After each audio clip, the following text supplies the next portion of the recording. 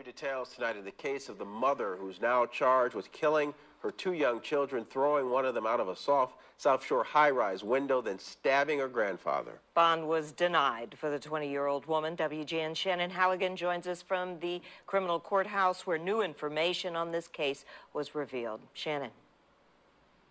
Yeah, well, 20-year-old Aleah Newell was not in court today because she's still in the hospital, but prosecutors charged her with first-degree murder in the deaths of her 7-month-old and 2-year-old sons. And we have to tell you that the details in this case are difficult to hear.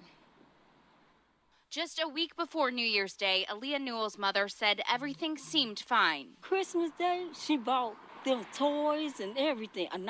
They had a lot of toys. And it was nothing unusual, happy. She took them out. But in the early morning hours of New Year's Day, prosecutors say 20-year-old Newell started her brutal attack at her grandfather's South Shore apartment. While running a scalding hot bathtub, she went after the 70-year-old grandfather. The defendant came up behind him and put him in a chokehold. The defendant then used the towel bar to hit the victim, number one, in the head. Prosecutors say Newell then grabbed a knife from the kitchen and stabbed her grandfather 10 times. It wasn't until later that he realized what happened. Victim number one lost consciousness, and the next thing he heard was the police officers breaking down his door. When police arrived at the apartment, they also discovered Newell's 7-month-old son in the bathtub. Victim Amir never moved and was not making a sound. This was all captured on body-worn camera. Victim Amir died from his injuries. He suffered from 19 total stab and incise wounds. Prosecutors say after stabbing her grandfather and son, Newell grabbed her 2-year-old son, John Tavis, and threw him out of the 11th floor window. She jumped right after. About 20 seconds later, the defendant crawled from the window and jumped. The defendant fell until she hit the center of a window washer scaffold, which was approximately located at the 3rd floor. Because of the scaffold, Newell only broke her ankle and wrist in the fall. And this apparently wasn't Newell's first suicide attempt. Prosecutors say that she tried to kill herself this past summer after her son was born. Doctors diagnosed her with a mood disorder and prescribed medication. She's expected to be in court on Monday if she's released from the hospital. She's been denied bail. Live at 20. Okay, so y'all just heard that, and one of my followers on Twitter tagged me in this post and said, "This sounds like another Straggtales for you." And I said, "This more than qualifies for it." And the crazy part about it is, I think I saw the story in passing. Like I said, sometimes I may see stories on my timeline. I might scroll past them if I'm scrolling too fast, if I'm not looking for it, of course. But hearing all of those details right here just makes me want to say one thing. Throw the whole bitch away. For real. Like, this chick, mind you, she's 20. She's 20. She's not 21. She's not 30. She's not 40. She is 20. 20. And she did this to her children and to her grandfather. I would like to know, would this fall under the category of toxic femininity? If there's any there, to be quite honest. This bitch ran you heard it, it says scalding hot water in the bathtub.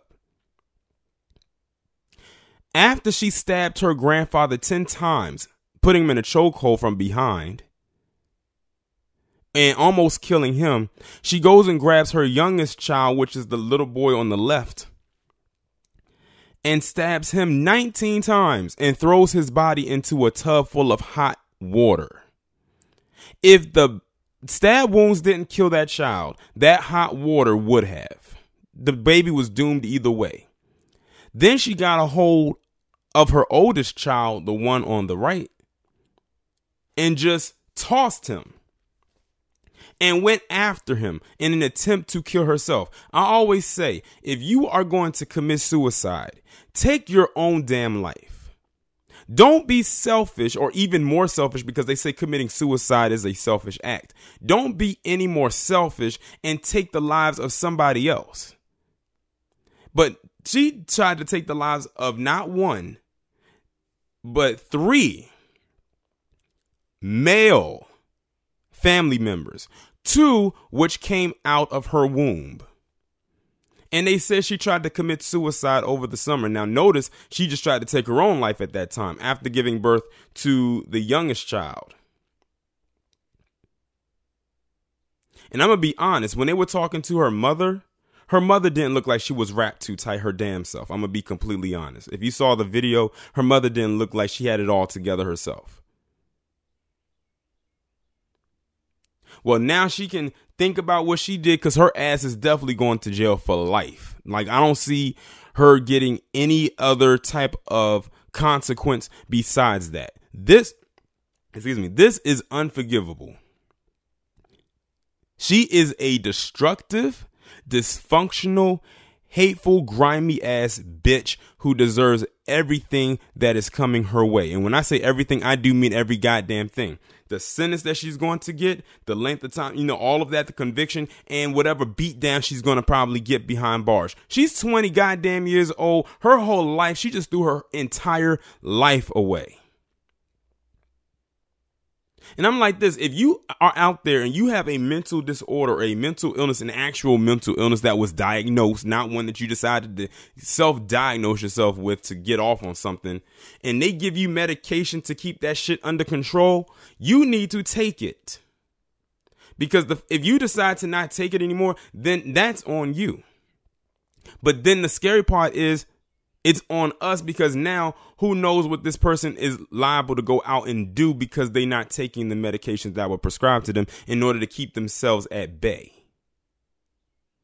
So not only are you endangering yourself, but you're endangering those around you. So if this girl was actually on some damn meds and she didn't take them like she was supposed to, that's her damn fault.